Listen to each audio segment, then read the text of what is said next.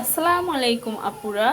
আজকে আপনাদের সাথে আমি শেয়ার করব অনেক দিন আগে ফ্রিজে রাখা পিঠাও কিভাবে সাজো পিঠার মতো দুধে ভিজিয়ে খাবেন। আমি প্রথমে রাইস কুকারে পানি ফুটাতে বসিয়ে দিয়েছি। পানিগুলো ভালোভাবে ফুটানোর পরে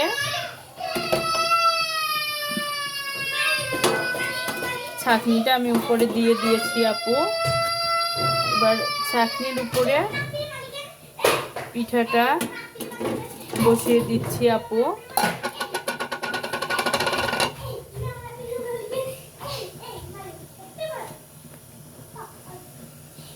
এই দেখেন। আর আমি এপাশে আবার দুধ জাল করতে আর গুড় জাল করতে বসিয়ে দিয়েছি। পিঠাটা 15-20 মিনিট ভাবে রাখা লাগবে আপু।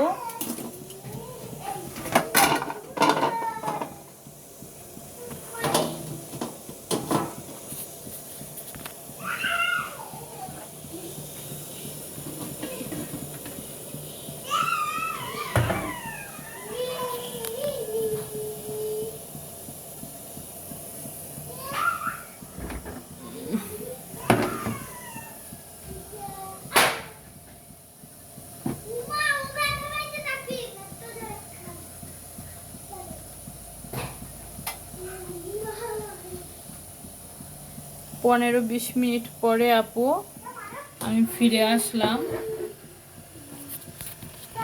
পিঠার কাছে। আবার দেখেন পিঠাগুলো একদম নরম হয়ে গিয়েছে, একদম সাজু পিঠার মতো। এগুলো চাইলে আপনারা যে কোনো গোশ দিয়ে খেতে পারবেন।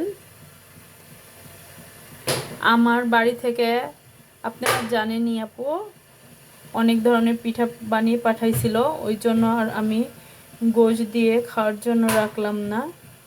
আমি দুধ দিয়ে ভিজানোর জন্য কয়েকটা ভাপ দিলাম। আমি এবার এই পিঠাগুলো আপু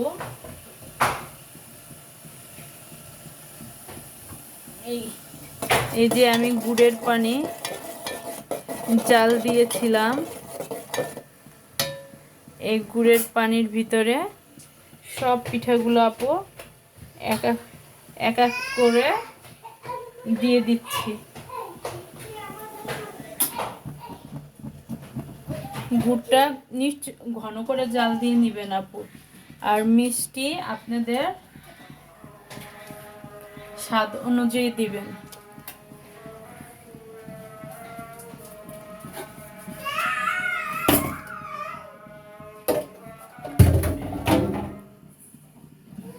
আমি গুড়ের ভিতরে লবণ দিতে ভুলে গিয়েছিলাম আপু, তাই আমি সামান্য পরিমাণ লবণ দুধের ভিতরে দিয়ে দিচ্ছি। দুধটাও অনেক ঘন করে জাল দিয়ে নেবেন। আপনারা দেখে নিশ্চয়ই বুঝতেছেন যে আমার দুধটা কত ঘন করে জাল দেওয়া হয়েছে। বোঝা যাচ্ছে না ক্যামেরায় অত, তারপরে যতটুকু বোঝা যাচ্ছে আপনারা বুঝে নিয়েন।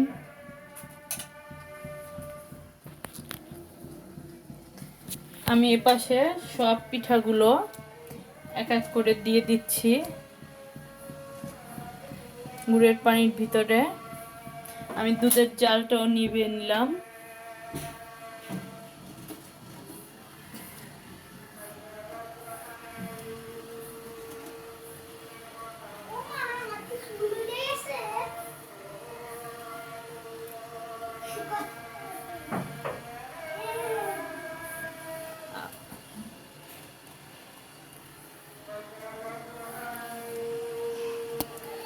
আমি এর সঙ্গে আপু একসাথে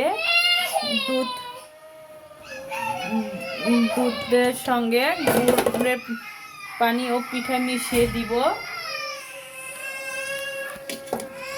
ওই জন্য আপু আমি গুড়ের পানিটা কম দিয়েছি, কিন্তু ঘন করে দিয়েছি। এবার আমি দেখেন আপু এর সাথে মিশিয়ে দিলাম।